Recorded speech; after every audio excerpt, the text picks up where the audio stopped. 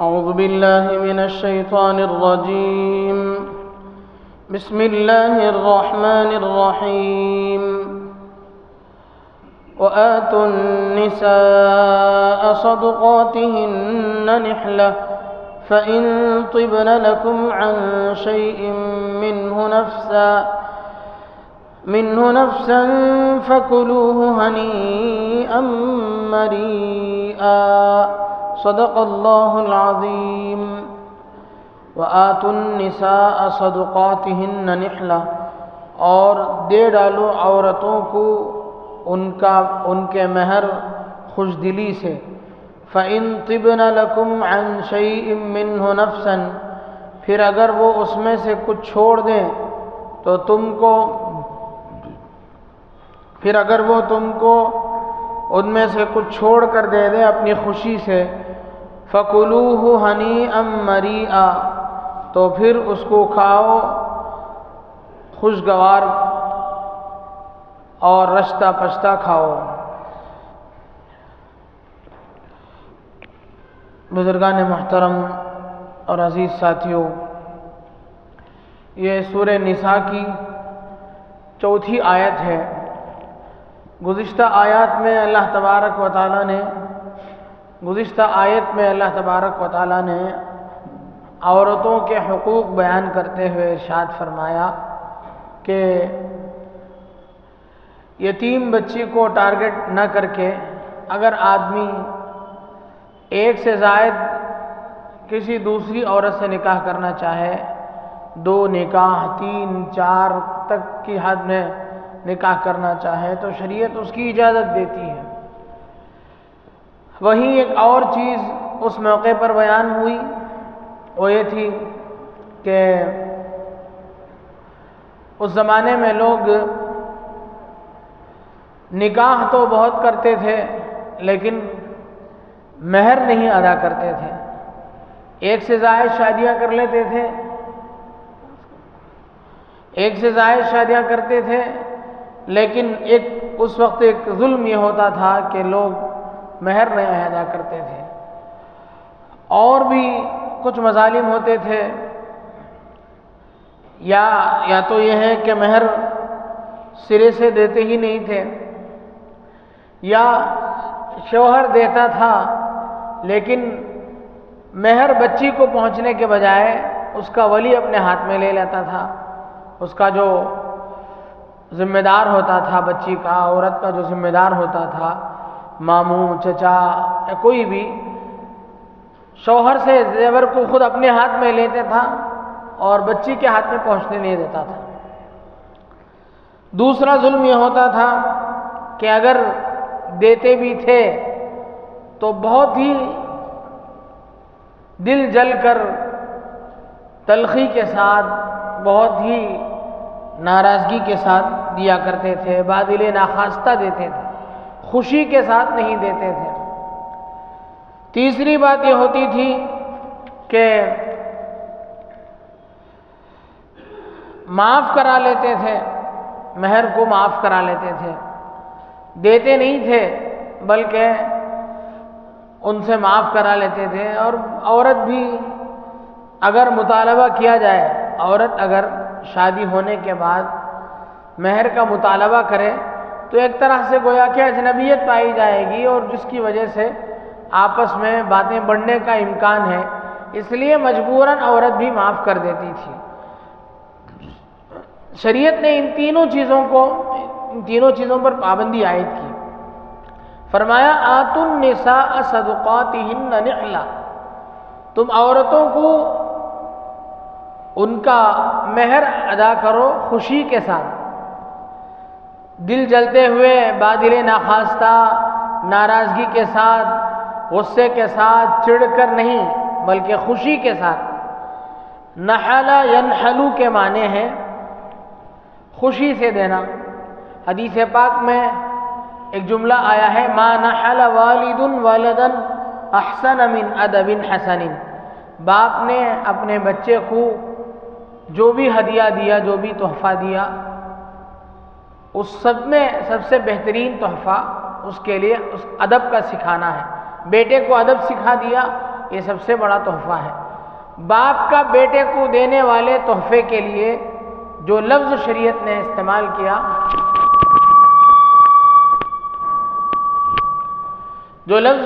استعمال کیا، وہ نحالہ کا تھا۔ نحالہ کے معنی ہے بغیر کسی عوض کے دینا، بغیر کسی ادھر سے کسی چیز کے بدلے کا ایکسپیکٹ کیے بغیر دینا۔ باپ اپنے بچے کو دے رہا ہے تو اس میں دو چیزیں ہوتی ہیں، اپنے بچے کو کوئی چیز دیتے ہوئے ادھر سے کسی چیز کا ایکسپیکٹ نہیں کرتا ہے، بے لوث دیتا ہے، بے غرض ہو کر کے دیتا ہے۔ دوسری بات، باپ اپنے بچے پر جو خرچ کرتا ہے بہت خوشی سے کرتا ہے، طیب نفس سے کرتا ہے، خوش دلی سے کرتا ہے، اس لیے وہ لفظ استعمال کیا گیا حدیث میں نحل ینحلو کا لفظ۔ تو نحلہ اسی سے ہے، آتُ النساء صدقاتہن، صدقہ صداق مہر کو کہتے ہیں۔ اسے صدقہ کے لفظ کا استعمال اس کے لیے کیوں کیا گیا؟ اس میں صدق کا معنی ہے، صدق کہتے ہیں سچائی کو۔ آدمی کی محبت کی سچائی کا علم اسی وقت ہوگا، آدمی اپنی بیوی سے سچی محبت کرتا ہے، اس کا اندازہ مہر کی ادائیگی سے زیادہ ہوگا، اس لیے اس کے لیے جو لفظ استعمال کیا وہ لفظ ہے صدقہ۔ تو فرمایا صدقاتہن نحلہ، عورتوں کو جو ان کا جو حق ہے، مہر ہے، وہ خوشی سے دو۔ کیسے نہ دو؟ غصے سے، تلخی کے ساتھ، بادل ناخواستہ نہ دو۔ اسی طرح دیے بغیر نہ رہو، عورتوں کا سارا حق مار لیا جاتا تھا۔ اللہ کے رسول صلی اللہ علیہ وسلم جس زمانے میں مبعوث کیے گئے، جس ماحول میں مبعوث کیے گئے، جس ماحول میں آپ کو اس دنیا میں بھیجا گیا، وہ ماحول سارا معاشرہ عورتوں پر ظلم کرنے والا تھا، عورتوں پر سراسر ظلم ہوتا تھا۔ ادھر یا تو اسے پیدا ہونے ہی نہیں دیا جاتا تھا، زندہ ختم کر دیا جاتا تھا، پیٹ کے اندر ہی ختم کر دیا، یا پیدا ہونے کے بعد زندہ درگور کر دیا، یا اگر پیدا ہو گئیں تو پھر ان کی پوری زندگی مردوں کے رحم و کرم پر ہوتی تھی۔ اچھا مزاج ہے شوہر کا، مرد کا، تو ان کی زندگی اچھی ہوتی تھی۔ اگر مزاج میں تلخی ہے تو عورتوں کی زندگیاں بیکار ہو جاتی تھی۔ اللہ کے رسول صلی اللہ علیہ وسلم نے ایسے ظالم معاشرے میں، عورتوں کے ساتھ ظلم ہونے والے اس معاشرے میں اپنا اسوہ پیش فرمایا، اپنا نمونہ پیش فرمایا، ایک سے زائد شادیاں فرمائیں اور سب کے حقوق ادا فرمائے، اور بے شمار فضائل عورتوں کو لے کر کے بیان فرمائے۔ بچی ہو تو کیا ہے، کسی کی بچیاں ہوں تو اس پر کیا اجر دیا جائے گا۔ فرمایا جس کے گھر میں 2 بچیاں ہوں گی وہ اس کی اچھی پرورش کرے گا، اس کا اچھی جگہ رشتہ کرے گا، تو میں اور وہ قیامت کے دن ایسے ہوں گے۔ آپ نے انگلی سے اشارہ فرمایا کہ میرا اور اس کا تعلق، میرا اور اس کا مرتبہ جنت میں ایسا ہوگا، وہ میرے بالکل قریب ہوگا۔ تو بہت ساری باتیں، اور فرمایا کہ تم میں سب سے بہترین آدمی وہ ہے جو اپنی گھر والیوں کے لیے بہتر ہو۔ وَأَنَا خَيْرُكُمْ لِأَهْلِهِ، آپ نے اپنا اسوہ پیش فرمایا کہ میں اپنی گھر والی کے لیے سب سے بہترین آدمی ہوں۔ تو یہ اللہ کے رسول صلی اللہ علیہ وسلم نے ایسے زمانے میں مبعوث ہونے کے باوجود آپ نے مثالی زندگی آپ نے امت کو عطا فرمائی، اور عورتوں کے مسئلے کو لے کر کے آپ نے بڑی حساسیت ظاہر فرمائی۔ اس دنیا سے آپ تشریف لے جا رہے تھے، آپ نے فرمایا کہ عورتیں، نماز میں میری آنکھوں کی ٹھنڈک ہے، غلاموں کے حقوق ادا کرنا، اور عورتوں کے سلسلے میں آپ نے تاکیدات فرمائی، ان کے ساتھ اچھا معاملہ کرنا۔ آپ نے عورتوں کے لیے اپنی پسندید کا اظہار فرمایا۔ کیوں؟ اس لیے کہ معاشرے میں عورتوں کو لے کر کے نفرت تھا۔ اسی طرح جسے مہر نہیں دیتے تھے، اسی طرح عورت کو وراثت میں بھی حصہ نہیں دیتے تھے۔ باپ کی 2 بیویاں ہیں، بڑی بیوی کی اولاد یہ ہے، باپ کی دوسری بیوی ہے، یعنی بچوں کی سوتیلی ماں ہے، تو اسے حق دیتے ہی نہیں تھے۔ باپ کا جتنا جائیداد ہوتا تھا سب یہی بچے لوگ اٹھا لیتے تھے، ان کو دوسری ماں جو ہے اسے اس کا حق نہیں دیتے تھے، طرح طرح کا ظلم ہوتا تھا۔ انہی میں سے، انہی مظالم میں سے ایک ظلم مہر کی ادائیگی میں سستی، مہر کو ادا نہ کرنا، یہ بھی ہوتا تھا۔ تو یا تو سرے سے دیتے نہیں تھے، اگر شوہر دیتا بھی تو ولی بیچ میں سے اٹھا لیتا تھا، اور اگر اس سے آگے بڑھ کر شوہر خود دیتا تھا تو بالکل بادل ناخواستہ دیتا تھا۔ تو اسی طرح تیسرا درجہ یہ ہوتا تھا کہ معاف کرا لیتے تھے۔ اللہ کے رسول صلی اللہ علیہ وسلم نے اور اللہ تبارک و تعالیٰ نے ان سب چیزوں کو ناپسند فرمایا۔ آتوا النساء صدقاتهن نحلہ، آگے فرمایا فَإِن طِبْنَ لَكُمْ عَنْ شَيْءٍ مِّنْهُ نَفْسًا فَكُلُوهُ هَنِيئًا مَرِيئًا، اگر وہ اپنی طیب خاطر سے، خوش دلی سے اگر وہ اپنا کوئی حق چھوڑ دیں تو پھر تم اسے کھاؤ، خوشی سے کھاؤ۔ یعنی اگر عورت اپنا حق خود سے معاف کر دیتی ہے تو پھر تمہیں اس مال کو استعمال کرنے کی اجازت ہے۔ خوش دلی، طیب عن طیب قلب طیب نفس، دو میں فرق ہے۔ یعنی قلب، دلی خوشی سے نہیں، نفس کی خوشی سے عورت دے۔ آدمی کبھی رشوت دیتا ہے، کہیں اٹک جاتا ہے اس کا کوئی مسئلہ، تو اس کا فائدہ اس میں نظر آئے کہ رشوت دے کر کے کام نکال لیا جائے، تو دل تو گوارا کر لیتا ہے، نفس گوارا نہیں کرتا۔ دل گوارا کر لیتا ہے کہ بھائی فائدہ ہے، آگے بڑھا جائے، معاملے کو آگے بڑھایا جائے، معاملہ آگے بڑھے گا، کچھ فائدہ ہو جائے گا۔ تو جتنے پیسے گئے وہ تو چھوٹی رقم گئی، آنے والی جو رقم ہے وہ بڑی ہوگی، فائدہ ہو جائے گا، دل مان لیتا ہے۔ لیکن ان سب کے باوجود نفس تیار نہیں ہوتا، نفس پر بہرحال بوجھ پڑتا ہے۔ اسی لیے حکیم الامت مجدد ملت حضرت مولانا اشرف علی تھانوی قدس سرہ نے فرمایا، اللہ تبارک و تعالیٰ نے یہاں عن طیب قلب نہیں فرمایا بلکہ عن طیب نفس فرمایا۔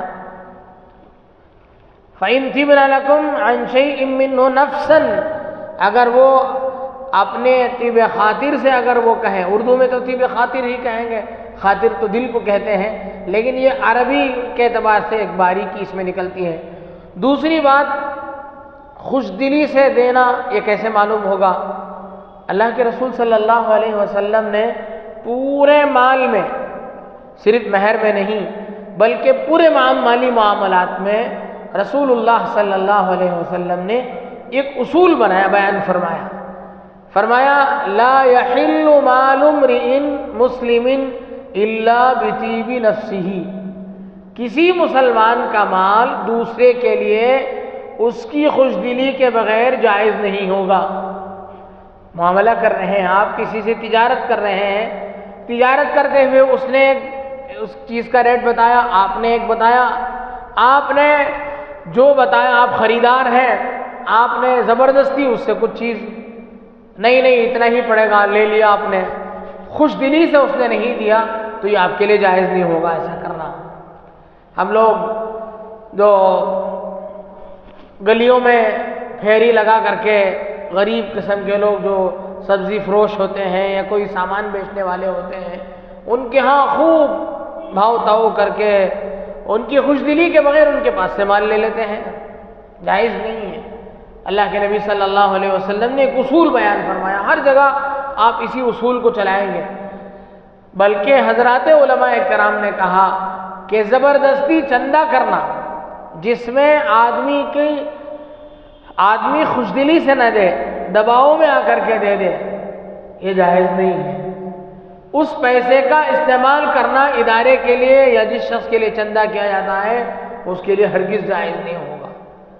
اسی طریقے سے مہر میں بھی اللہ کے نبی صلی اللہ علیہ وسلم نے فرمایا کہ خوش دلی سے اگر وہ معاف کر دے، حضرت حکیم الامت مجدد ملت حضرت مولانا اشرف علی تھانوی نور اللہ مرقدہ نے اس کا ایک طریقہ یہ بتلایا کہ مہر معاف کرانے کے بجائے آپ مہر کی جو رقم بیٹھتی ہے عورت کے ہاتھ میں دے دیں، مہر کی رقم ہو یا مال ہو، کچھ بھی ہو، آپ نے جو مہر طے کیا وہ اس کے ہاتھ میں دے دیں۔ اس کے بعد وہ نہیں میں کیا کروں گی پیسے رکھ کر کے، میری ساری ضرورتیں تو آپ پوری کر رہے ہیں، اس میں یہ کیا کہاں سے بیچ میں یہ سب چیزیں آ گئیں؟ نہیں نہیں، شریعت کا حق ہے مجھے دینا ہے۔ ٹھیک ہے، آپ نے شریعت کا حق آپ کے اوپر تھا، آپ نے دے دیا، اب لیجئے میں اپنی طرف سے آپ کو دیتی ہوں۔ اگر ایسی بات ہو گئی تو حضرت حکیم الامت مجدد ملت حضرت مولانا اشرف علی تھانوی رحمۃ اللہ علیہ نے فرمایا کہ اب اسے طیب خاطر سمجھا جائے گا، اس کے بغیر معاف کرنا لینا۔ بلکہ یہاں تو ہمارے معاشرے میں یہ چیزیں ایسا نہیں کہ رسول اللہ صلی اللہ علیہ وسلم کے زمانے میں تھی، آج بھی وہ چیزیں پائی جاتی ہیں۔ اگر شوہر کے سامنے کسی کی بیوی کا انتقال ہو جائے تو بے شرم شوہر عورت کے سرانے کھڑ کر کے مہر معاف کراتا ہے۔ شوہر کی بہنیں، اس کی ماں آ کر کے عورت کے پاس کہتی ہے کہ مہر معاف کرا دے، مہر معاف کر دے، مہر معاف کر دے۔ یا کبھی شوہر مر جاتا ہے، مہر ادا نہیں کرتا ہے، تو اس وقت عورت بولتی ہے میں نے مہر معاف کر دیا۔ یہ تو صحیح ٹھیک ہے، عورت اگر کہتی ہے زندہ ہو کر کے تو وہاں تک تو بات چل سکتی ہے، لیکن عورت کے انتقال کے بعد شوہر کہے تو اس کی اجازت نہیں ہے، اس سے مہر معاف نہیں ہوگا، بلکہ جو حق مہر کا تھا اسے ادا کرنا آپ کے ذمہ تھا۔ اگر آپ نے اسے نہیں دیا ہے تو پھر اس کے وارثوں کو تمہیں دینا پڑے گا، جو چل کر کے تمہارے حصے میں بھی بعد میں آئے گا۔ الغرض شریعت نے اس سلسلے میں بڑی پابندیاں لگائی ہیں کہ مہر کی ادائیگی میں خوب اہتمام ہونا چاہیے۔ مہر کیا ہے؟ اللہ تبارک و تعالیٰ نے انسانوں کے جوڑے بنائے، حلال طریقے سے انسان نسل انسانی کی بقا کے لیے، انسان کی نسل باقی رہے اور چلے، اس لیے اللہ تبارک و تعالیٰ نے مرد و عورت کے نکاح کا سسٹم دنیا میں جائز قرار دیا کہ جائز طریقے سے جانور بھی اپنی خواہشات پوری کرتے ہیں، لیکن انسان اور جانور میں فرق یہ ہے کہ انسان مہذب طریقے سے اور شریعت کے بتلائے ہوئے اصولوں کے مطابق اگر نکاح کر لے تو یہ اس کے بعد اس کی نفسانی خواہشات بھی ایک طرف پوری ہوگی اور دوسری طرف انسانی نسل بھی باقی رہے گی۔ تو نسل انسانی کی بقا کے لیے نکاح کو رواج دیا گیا۔ اب عورت شوہر کے انڈر میں آتی ہے، گویا کہ شوہر اس کا مالک بن جاتا ہے، پوری طریقے سے اسے استعمال کرتا ہے۔ عورت خدمت بھی کرتی ہے، عورت سے اپنی ضروریات بھی انسان پوری کرتا ہے۔ تو اللہ تبارک و تعالیٰ نے، شریعت نے، نبی کریم صلی اللہ علیہ وسلم نے اس کے لیے ایک چیز ضروری قرار دی، اس کا نام ہے مہر۔ مہر 4 طرح کے ہیں: مہر مثل، مہر مسمى اور مہر فاطمی۔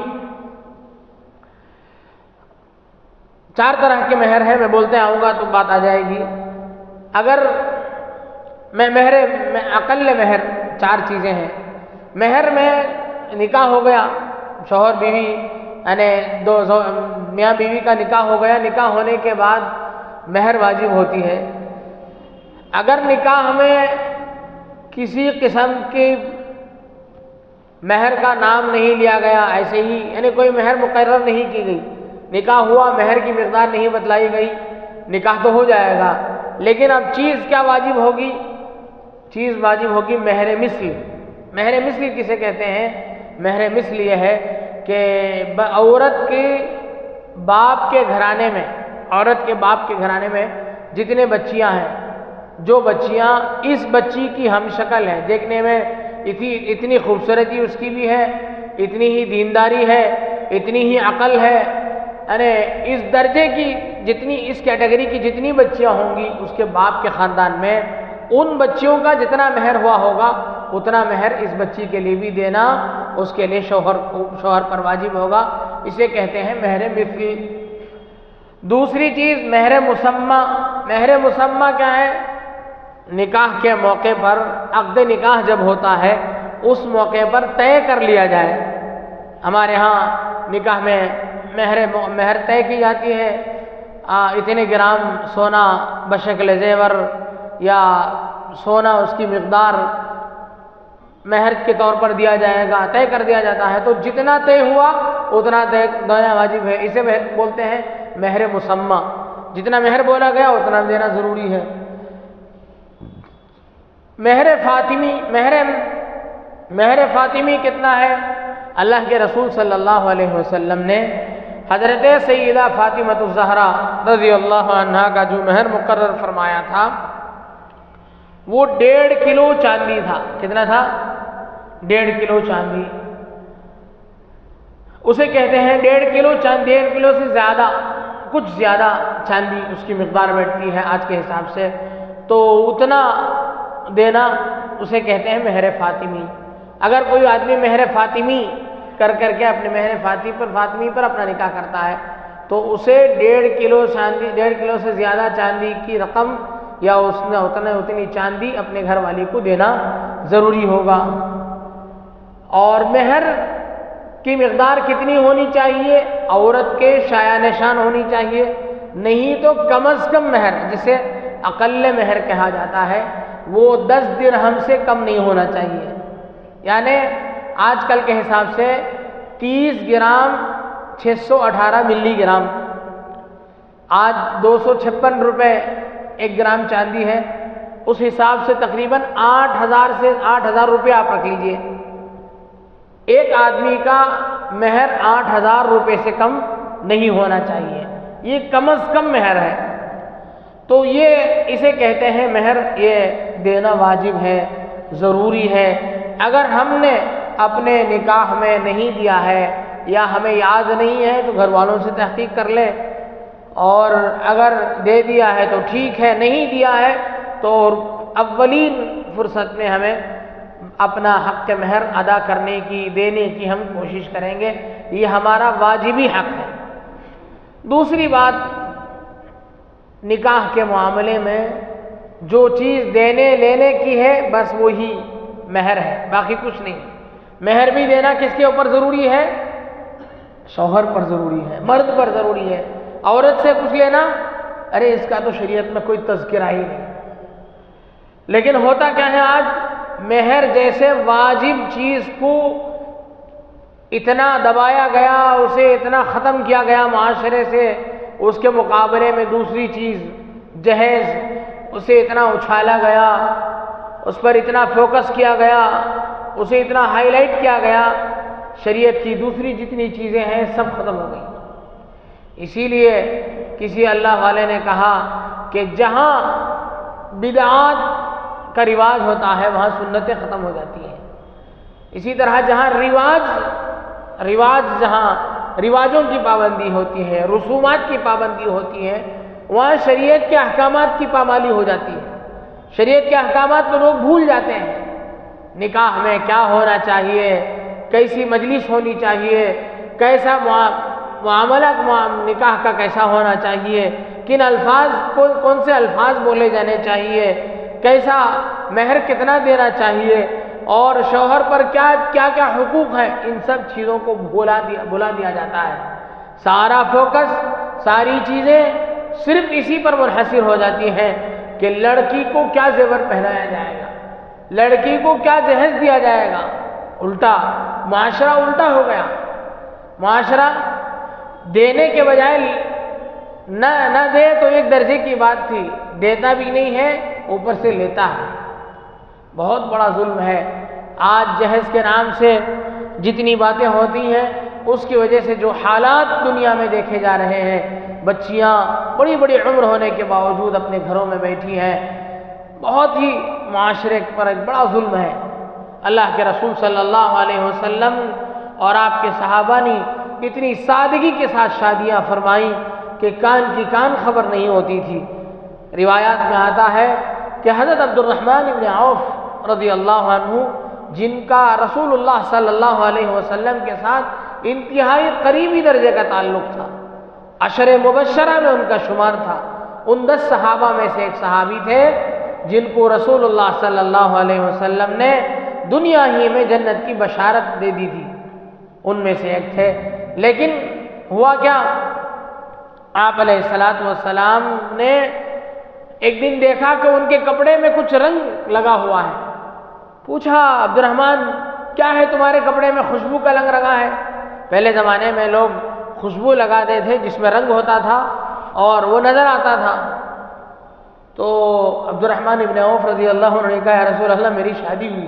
اچھا بھائی کتنا صاف سیدھا معاشرہ ہے اور کیسی بے تکلف زندگی ہے. آج تکلفات سے بھری ہوئی چیزیں ہیں. آدمی کوئی شادی کو نہیں بلاتا ہے تو کسی قریبی آدمی کو بھولے سے بھی چھوڑ دیا تو بات بند ہو جاتی ہے. لوگ بات کرنا بند کر دیتے ہیں. معاشرے میں اتنے ضروری سمجھ لیا گیا. رسول اللہ صلی اللہ علیہ وسلم جن کے بغیر کوئی کام حضرات صحابہ کا نہیں ہوتا تھا، ہر چیز میں آپ کی سرپرستی، لیکن اللہ کے رسول نے اتنا آسان فرما دیا تھا نکاح. ایک صحابی کی شادی ہو رہی ہے، محلے میں ہو رہی ہے، لیکن رسول اللہ صلی اللہ علیہ وسلم کو تک خبر نہیں ہے، اور آپ نے کوئی جملہ آپ نے نہیں ارشاد فرمایا کیا با عبد الرحمن ایسی بھی کیا بے غیرتی ہے، ایسی بھی کیا یہ ہے، کیا میرے سے کیا چیز دیکھنے کو مل گئی، مجھے نکاح میں نہیں بلائے، مجھے دعوت نہیں کھلائے، کیا کچھ بھی نہیں، کسی قسم کی کوئی شکایت نہیں.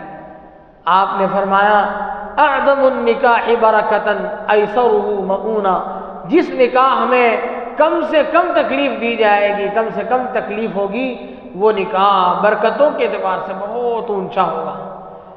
اس کے خلاف آپ سوچ لیں، جس نکاح میں زیادہ سے زیادہ تکلیفیں ہوں گی، زیادہ سے زیادہ شور ہوگا، غل ہوگا، زیادہ سے زیادہ پیسے خرچ کیے جائیں گے، واہی تباہی ہوگی، وہ برکت کے اعتبار سے اتنا ہی خالی ہوگا.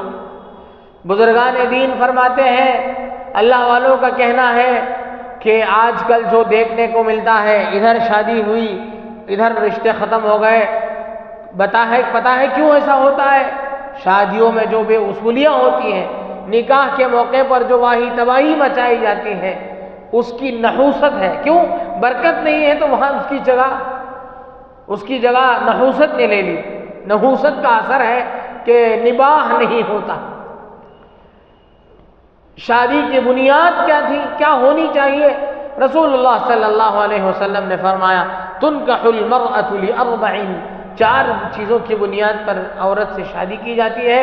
لمالها ولجمالها ولنسبها، مال کی وجہ سے، خوبصورتی کی وجہ سے، خاندان کی بچی ہونے کی وجہ سے، اور آخری درجہ ہے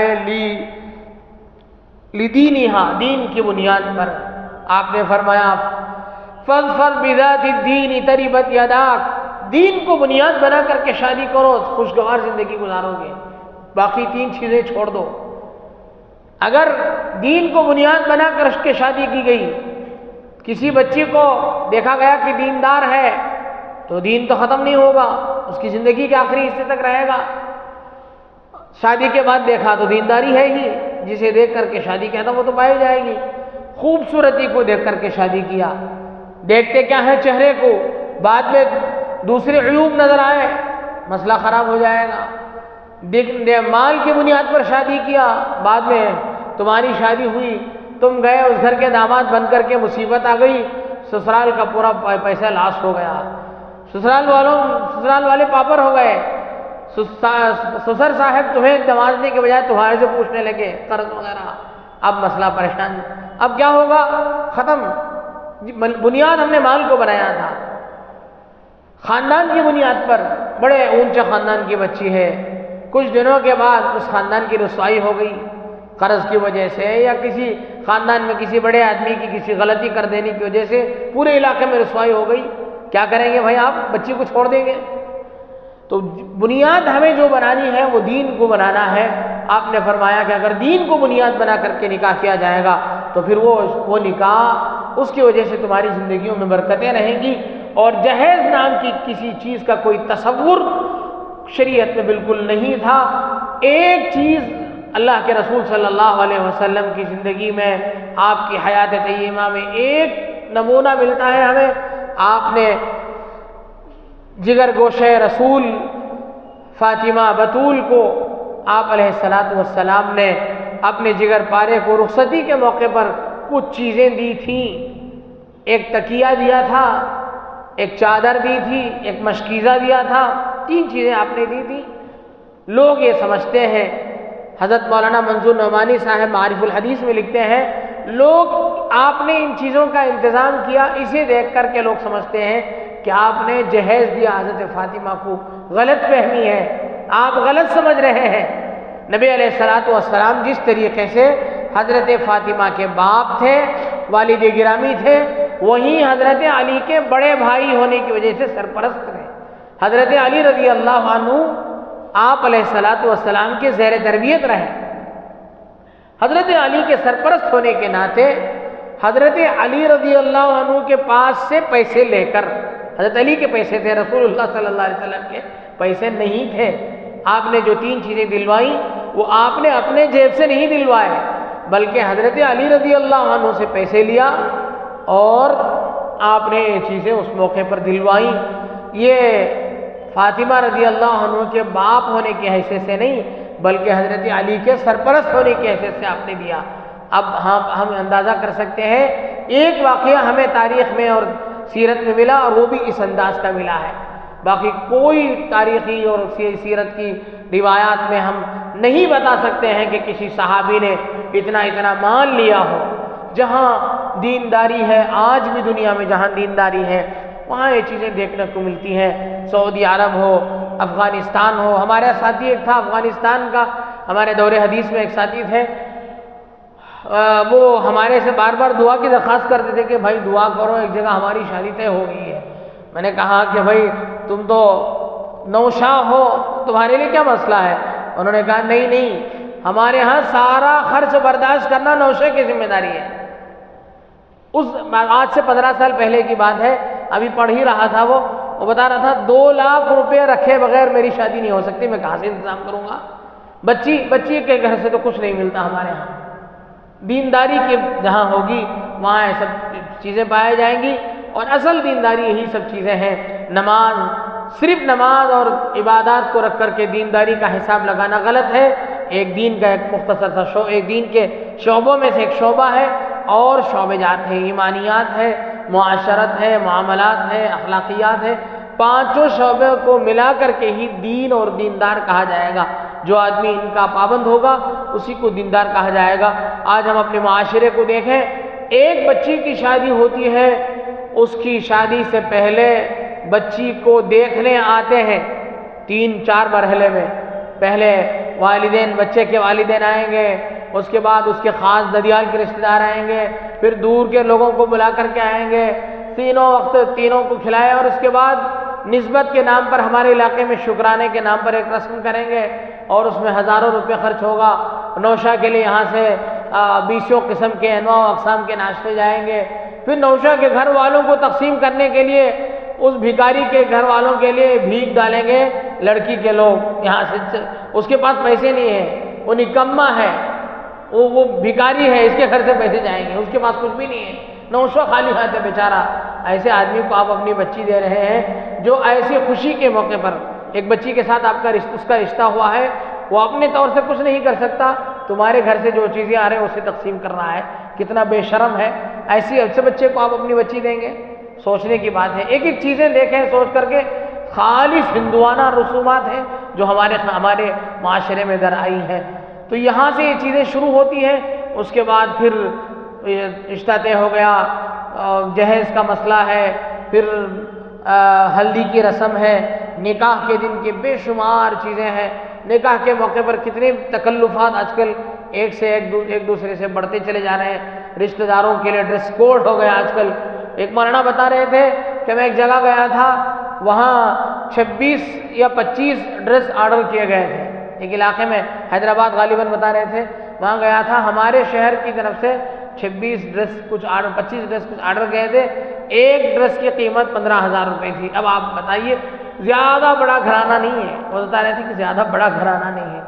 اب بتائیں، اصل چیز تو نہیں ہے، اپنے رشتہ داروں کو یہ سب چیزیں، جو چیز ضروری نہیں ہے، التزام مالا یلزم جسے کہتے ہیں، غیر ضروری چیز کو اہمیت دینا جسے کہتے ہیں، اس کی وجہ سے معاشرے میں بہت بڑا ظلم ہوتا ہے، فساد ہوتا ہے، اس کی وجہ سے انسان دبتا چلا جاتا ہے۔ اب یہیں سے بات ختم نہیں ہوئی، بات نکاح سے ختم نہیں ہوئی، اس سے مصیبت کا چھٹکارا نہیں ہوا، وہاں سے اس کے بعد پھر نوشہ گھر کے لوگ آئیں گے، مرو کے نام پر کچھ کھائیں گے، کچھ دنوں کے بعد بچی کو خوشخبری ہوگی، وہاں سے ٹیسٹنگ کا مسئلہ شروع ہوگا، داماد اس لائق نہیں ہے کہ تمہاری بچی کو ٹیسٹنگ کے لیے لے جائے، وہاں سے بھی، اور بچے کی ماں کہے گی بیٹا قانون ہے، شریعت کا وہی، شریعت سے بڑھ کر کوئی قانون گویا ہے، کہا بیٹا قانون ہے، ماں کے گھر کے لوگ ہی کرنا ہے، ماں کے گھر والے ہی اس کا خرچہ برداشت کرنا ہے، پہلی ڈیلیوری کون دیکھنا ہے؟ اماں گھر والے دیکھنا، اس لیے یہ جو کچھ اس نے کرنا تھا کر دیا، جا کر کے ماں کے گھر میں چھوڑ دیا، شروع سے لے کر کے آخر تک ساری ٹیسٹنگ اور پھر ڈیلیوری کا جو خرچ ہے وہ آسانی کے ساتھ ہو گیا تو ٹھیک ہے، آپریشن ہوا تو پھر لاکھوں روپے، اور اس کے بعد چلے کی چیزیں اور چلے کی اشیاء اور چلے کی رسم، اس طریقے سے ایک مرد کا گویا زندہ ایک مرد کا جنازہ نکل جاتا ہے، بے حال ہو جاتا ہے، بے شمار بیماریاں اسے گھیر لیتی ہیں ایک بچی کے باپ کو، ایک بچی ہے تو ٹھیک ہے کر کے مر جاؤ اسی میں، لیکن ایک نہیں 2-2 سال کے فرق کے ساتھ 3-3 بچیاں اگر ہوں تو پھر سوچو کیا گزرے گا اس پر۔ تو بزرگان محترم، اصل چیز تو یہی ہے جسے اس آیت میں بیان کیا گیا، مہر، آدمی اسے فوکس نہ کرنے کی وجہ سے جہیز میں گیا اور ان سب چیزیں غیر ضروری چیزیں آئیں۔